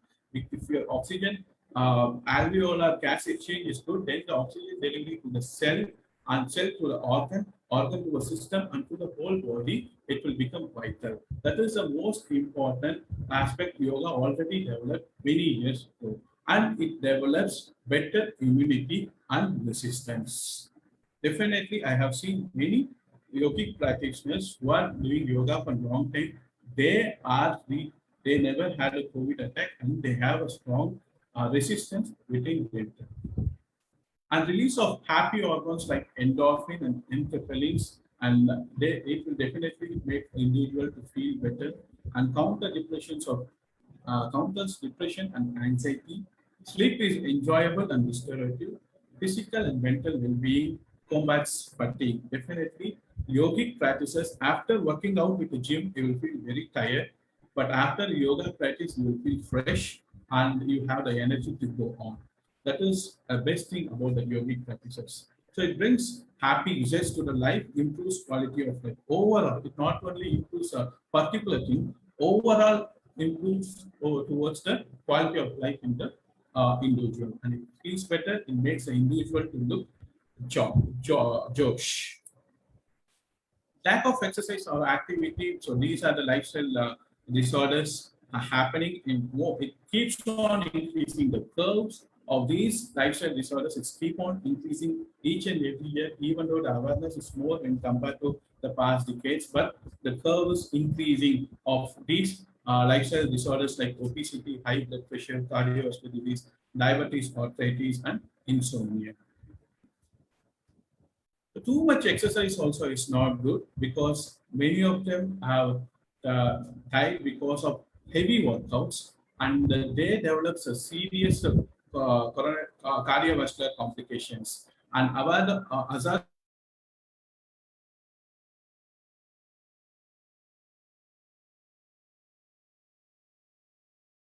cause injury, hazards of overdoing will make them to prevent not doing that further. That is one of the hazards of overdoing things. And moderation is the key. Yoga always emphasize the fact of moderation. That's why there's a definition in Bhagavad Gita, Samatvam Yoga Uchate. Yoga is equanimity of the mind. So eat less and exercise more for better health. Eat more and exercise less, you will develop into one of the serious poverty of obesity. Just walk and walk. By walking, you can be able to speak to your body well by doing other kind of exercise. Simple walk will help to connect your body and mind through your body. Because by walking also, you can perform certain pranayamas. And yoga historically, we know that Rig Veda and the Yajurveda, lots of definition at hand, and it is Upanishads which derive from the Veda. They also, many things, yoga is mentioned there. And in Bhagavad Gita, the term yoga is mentioned 105 times in 700 verses. Patanjali Yoga Darshans has given a beautiful total view about yoga, and that's why Maharishi Patanjali is called as the father of yoga. And the modern research proved each and every aspect how yoga works and yoga as an adjuvant therapy. So what is yoga? A way of life, based on a view of life. Most precious gift of riches to the world. Yuch root means union, oneness, harmony, body-thread harmony.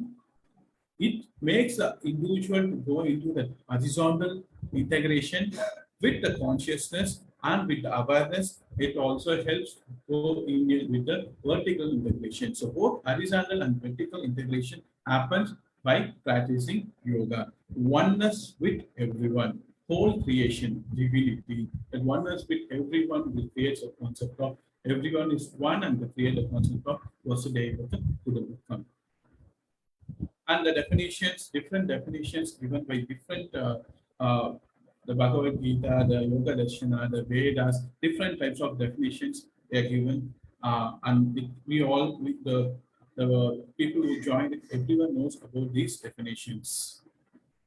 So the spirit, mind, body have to work together and work well. If a drug can do that, it can't able to do that. If a counseling session will help to reduce some of the stress, but not much. A relaxation helps to heal the mind, a body, but for the soul. Everything happens by yoga practices. The spirit, mind, body get connected and they get good number of transmissions between them, and together they will be able to relax and they can be able to restore and they can be able to rehabilitate and work together, potentially influence the individual to improve well and improve the quality of life of the particular individual. Yoga is a scientific, spiritual discipline, most precious gem of our cultural heritage. It's a practical philosophy. So if I do ask some person to do Sarvangasana, he may have a different effect, and if I have some other person to do the Sarvangasana, he will have a different effect. It is a anubhava. If you practice yoga, you will be able to feel that. I can't able to give a theoretical use of yoga. Theoretical use of yoga is nothing. You have to practice yoga. Then only you can able to experience the benefit and also the philosophy of how your body, what your body nature everything is. It's an anubhava shastra.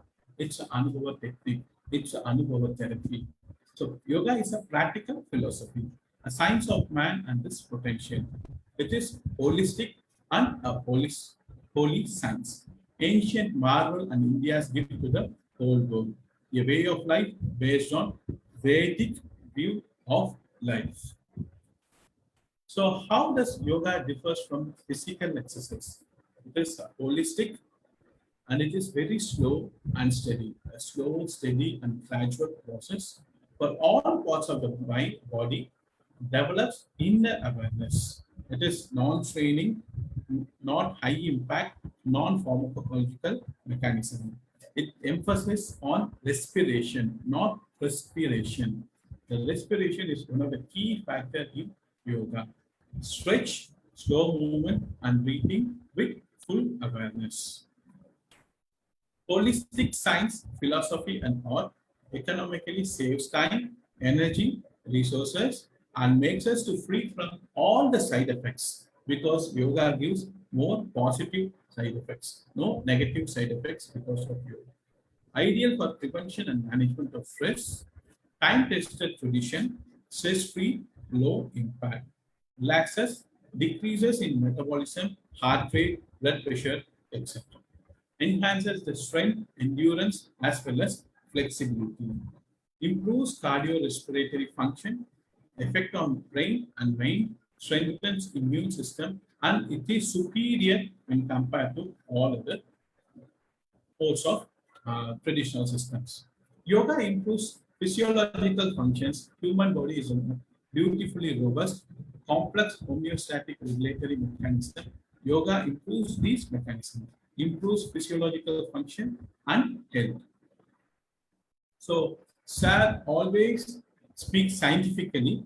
So he doesn't want to quote the more recent scientific things, work which done in yoga. So Sir wanted to speak the traditional ways. So what are the old works which are already done a long time before? What are the researches done in yoga and related to mind, body, medicine, everything? So one of the beautiful work done by Dr.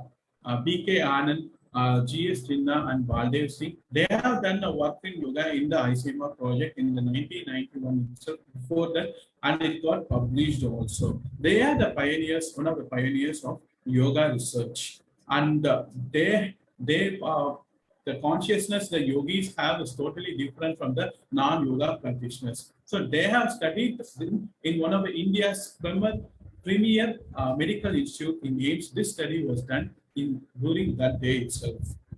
And Robert Keith is one of the pioneering research in neurophysiology, and his work has paved many ways and opened many doors to study about the relationship between mind, body, and its application in the field of behavior medicine.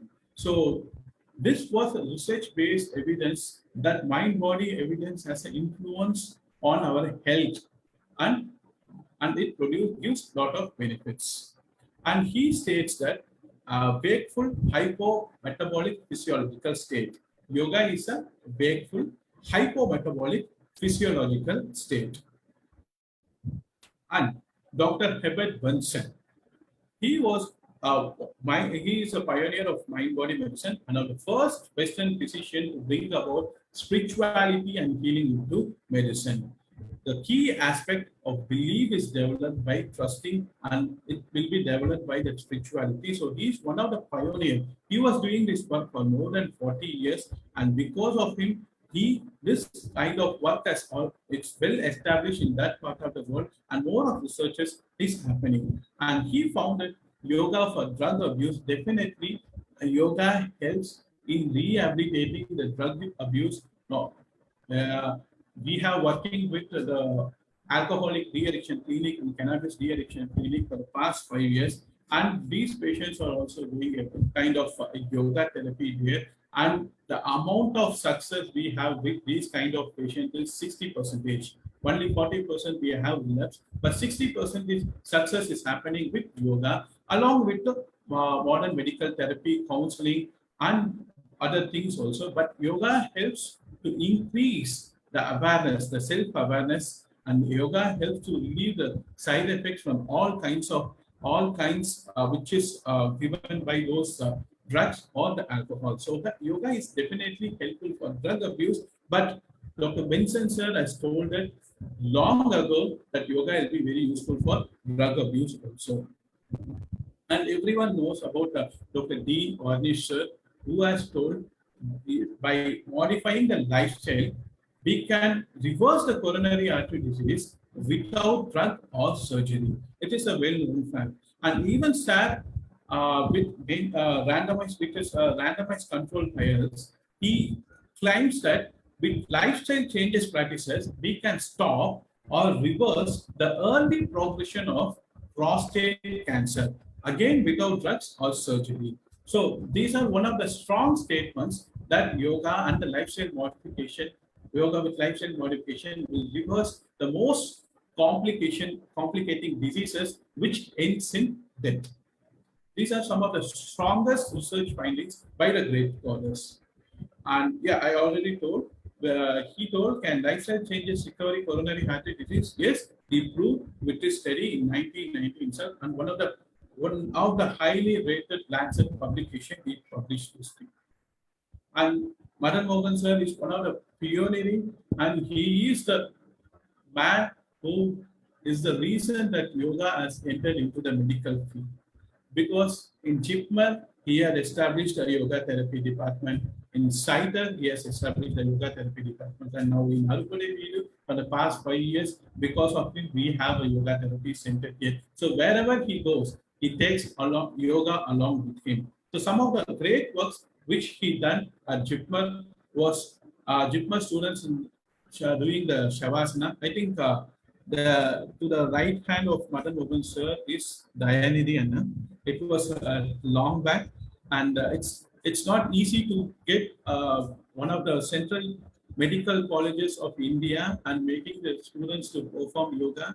That is not one of the easiest thing. All the credits and all the pranams, everything goes to Madan Mohan sir. Only he can do this kind of magic. And same way, all the students, and you can see some of the faculties also here, they are doing the yoga pranayama sessions in JIPMER. It's in the lecture hall and in the banquet hall of JIPMER. And you can see some of the faculties in this picture on the right side of our screen. And the students, again, they are practicing some sessions on meditation. And to conclude, what Saz says is, yoga is the best lifestyle ever designed, promotes the holistic health in a physical, mental, and spiritual way.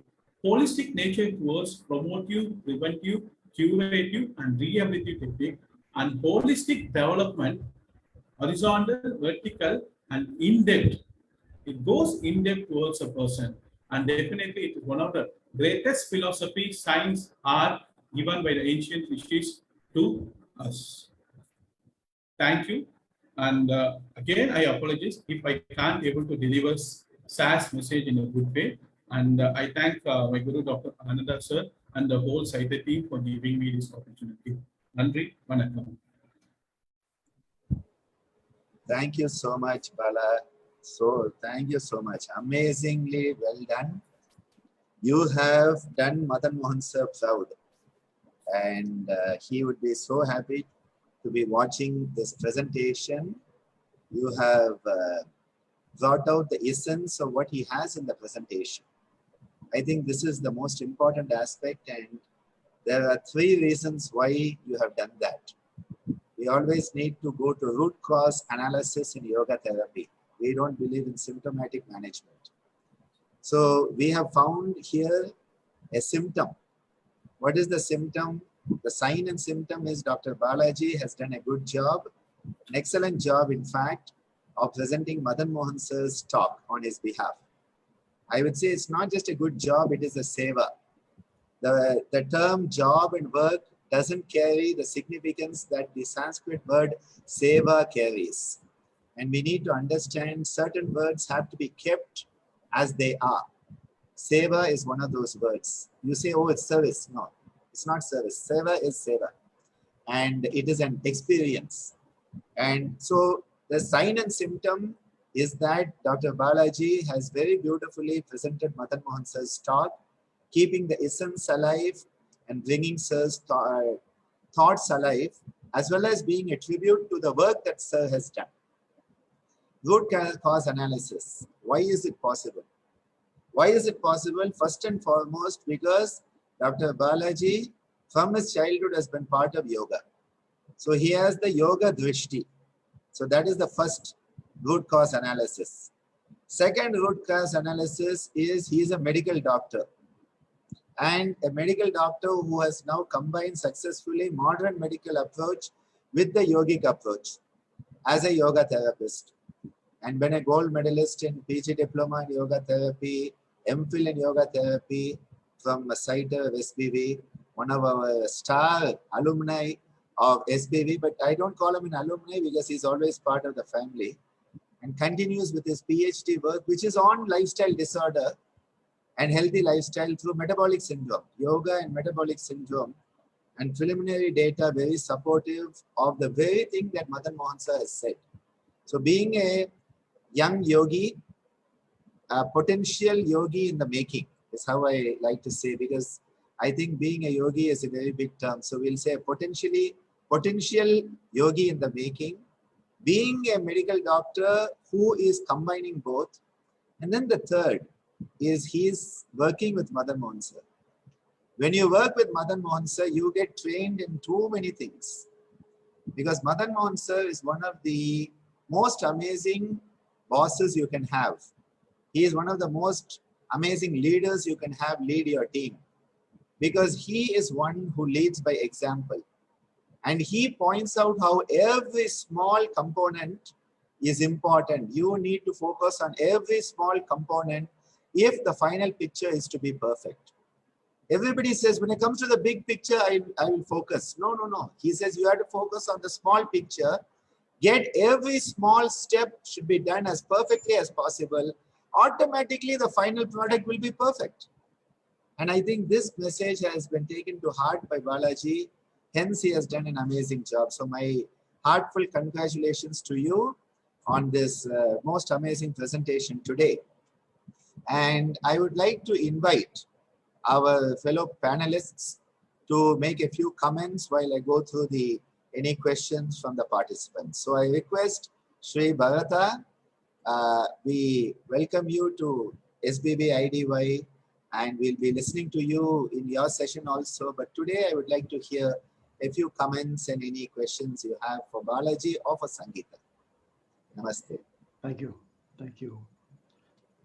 Thank you, Dr. Balaji, for your wonderful, wonderful presentation, reminding us of the practical application of these great teachings the health and vitality, which is, of course, the foundation of who we are, the foundation of our lives. Very inspiring. Thank you. And thank you for the work that you're doing on the front lines with the COVID problem. That's inspiring. Thank you. And I also was wondering of some of your thoughts on Sangeetha's presentation, because for those who don't know, Bharata is very, very deeply knowledgeable, wise, and experienced in Nada Yoga and Mantra Yoga. So maybe a few comments on Sangeetha's work also. Thank you, Sangeetha. That was a wonderful, inspiring, and fluent exposition on so many important principles, especially the vibratory nature and how it can affect us inside. The teachings on the pranava, the experience of the pranava, is so precious. It's so precious from the perspective of cosmology of creation to providing us with the inspiring vehicle of following the thread of the sound within. So I have a question in terms of pranava practice. Have you done any work with teaching or practicing internal, the practice of listening to the sound of the Om internally as a meditative focus, as an inner nada practice?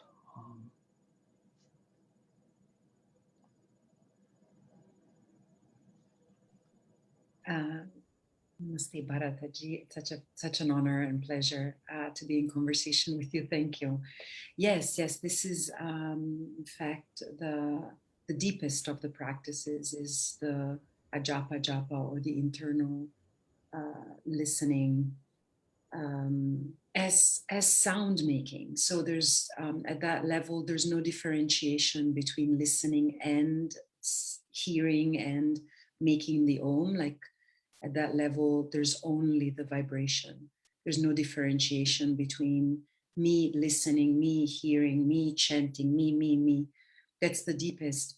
I had the experience of this at the ashram, at Ananda ashram, after we did the all-night chanting in celebration for the Jayanti of our Guruji, Swami Kanakananda Brigu. And we chanted the whole night. We chanted the Om. We took turns in chanting the Om. And that felt wonderful, right? It was just taking turns and chanting.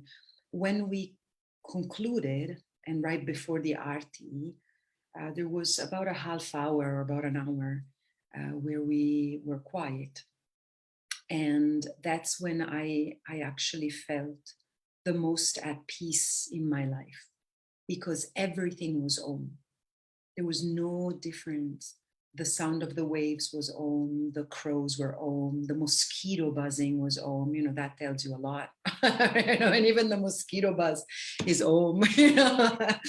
And that's when I realized that these teachings on Nad Yoga and the Om were my path, because I've never felt like that. So just without borders, without boundaries. And so, yes, that's what I'm aiming to do. And when I teach, for example, in jails and prisons, that's what I aim to do too, to be able to share with people who are not in a context where they are free to be quiet, where they're free to move about, where they're free to be in Shavasana. So especially in situations where people have no freedom in how they move their body in space and time, that's when these teachings have become most important for me as an educator. Because if I'm able to communicate that freedom inside, the freedom of that silent inside, the silence that is full, the silence that is vital, and not a silence that is dumb and depressed, that's my greatest achievement, actually. So thank you for asking that. And yes, that's my I don't want to say goal because there's no goal. It's all that is. But thank you for asking that. It's a very dear question to me. Thank you so much. Thank you. I think that was a very salient point that was brought out. The point that silence can often be one of depression, and silence can also be of inward escapism. But then to transform that inner escapism, depressed silence, into one of a joyous, or leave joy out of it, even an equanimous state of being. Can that silence reflect a state of inner equilibrium, that samatvam, that samabhava? I think that is a big transformation. And I must say the work you have done in working with people in prisons, the inmates in prisons in the USA. And I saw the video that they made, The Girl Within, and I saw that it was entered for some film festivals. I hope that it is recognized, because that is what should be recognized, the life transformative power. So thank you for that. And Bharata brought out a very beautiful sharing where Sangeetha pointed out even mosquitoes start to hum the Omkar. And I think when you can perceive, there's a very beautiful song from Mahakavi Bharatiya, the great revolutionary poet who lived in Pondicherry. He was a revolutionary, and the influence of Sri Aurobindo on him transformed him into a spiritual revolutionary. And in his composition to Lord Krishna, he says, he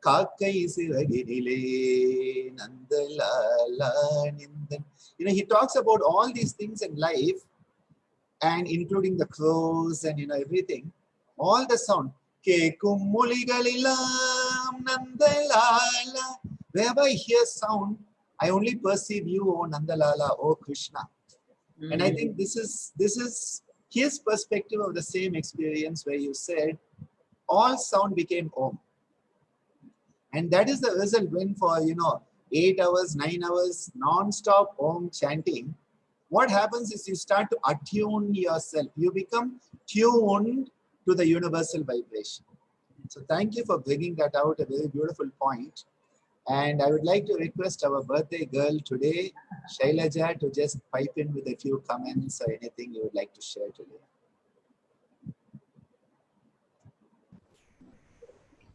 Well, I just want to begin with Dr. Sangeetha's presentation. I was completely blown. It was truly amazing. I haven't had that much exposure to Nada Yoga, and simply the whole way that you presented it from the beginning, close your eyes, and I was really transported into a different dimension altogether, right from the whole cosmology of creation, right? You brought out that whole aspect, and I thought that was so beautifully divine, and that really set the tone for the whole the whatever followed. So and of course the pranayama and the vibrations and all of that was completely beautiful. So I learned a lot in through your presentation, and of course Dr. Balaji did a fantastic job as well presenting Dr. Madan Mohan sir's presentation, and that is something I could relate to a little bit more, because I also feel very deeply about yoga as a lifestyle, and yoga in terms of it has to come into our everyday living, right? It's not just something that you do for an hour and then you go back to your everyday life, but that consciousness flows into our every action, from right, like he was talking about, from sleep to our food, what we eat, and every single thing that we do has to be infused with that consciousness. And that was such a brilliant presentation. I really feel like more of these kind of presentations have to be taken out to people, so that yoga is really viewed as, I always think, lifestyle, and eventually it seeps into your every thought, right? Like everything that you think flows along those lines. And when you get upset or when you're suffering, and then you look back and you realize the yamas and niyamas, something has gone wrong there. and you are either too caught up in raga or, and then the dvesha follows. So all of that is so important, to take yoga from just a philosophy, or for some people it's just a philosophy, for some people it's just some exercise that you do, but to take that and to translate that into each person's everyday life and everyday thinking.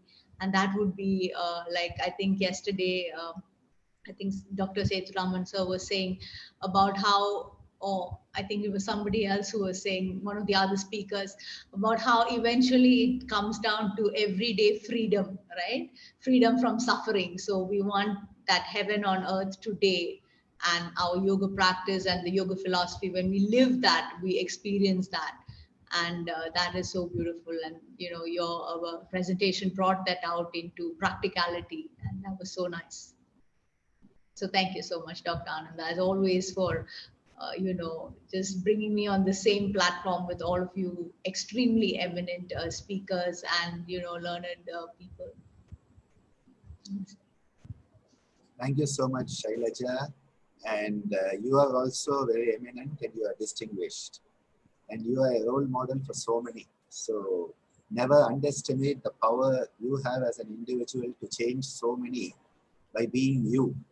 And I think that is the greatest blessing we can have, is when we realize we don't have to be somebody else, we just have to be ourselves. And in that moment, suddenly that freedom comes, the freedom to be you, the best you. So much may that manifest. I would like to conclude by requesting Ramareddy sir to say a few words. Ramareddy sir is such an inspiration for all of us. Namaste, sir. Namaste, sir. First, I start with Dr. Balaji. In movies, when something difficult has to be done, heroes will be replaced by dupes. Dupes do equally good or sometimes better than heroes even. Today, he replaced Dr. Madan Mohan, and indeed he did so well. And he is the perfect reflection of Dr. Madan Mohan. And this is the best way of offering Guru Dakshina, by doing such a service, not service, seva, I feel. And I congratulate Dr. Balaji. Why I kept Dr. Sangeetha aside is, if I start with Dr. Sangeetha's lecture, I will be overwhelmed and I will not be in a position to speak out of my mind. So impressed with her talk. Initially, when I happened to see her during my SVYASA talks, she was so unassuming. And later, after going through Saraswati Perils and her YouTube postings and all, then I understood how great she is. Today, proof of the pudding I could see. Really, when something is unfamiliar and when something is when something cannot be understood, we say it as Greek and Latin. But here it is unfamiliar but so lucid. So it should be called as Italian and Sanskrit. And she has put such a seed in me that after my PhD in yoga therapy, if God gives me some more years, I think I may go for PhD in sound therapy under both of your guidance, whether it is a postdoc or DSc or so, I feel. So thankful to you.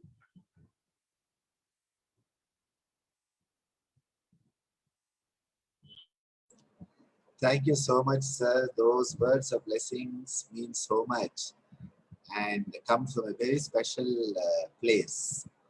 And again, as I was saying yesterday of Selvamurthy sir and Sethuraman sir, the sign of true greatness is humility and the capacity to share freely with others. And Ramareddy sir is another such great example, an illustrious son of Mother India. And we at CYTER are blessed, sir, to have you with us. And SBV is honored to have you choose SBV as your vehicle towards the PhD in yoga therapy. So it is a great honor, sir. And really, you are such an inspiration. So we come to the conclusion of today, day 3. And I will just check up if there's anything that needs to be dealt with. Nothing urgent. Good. So I just like to remind all the participants, please fill up your feedback forms and send them in. Please share the good news with others. We have many more days of sharing to come, great experience sharing to come. So be with us, and we close with the prayer. Om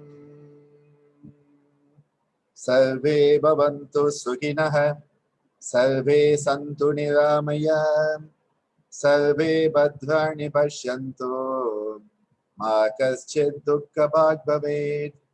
Om Loka Samasta Sukhino Bhavantu, Sarve Janaha Sukhino Bhavantu.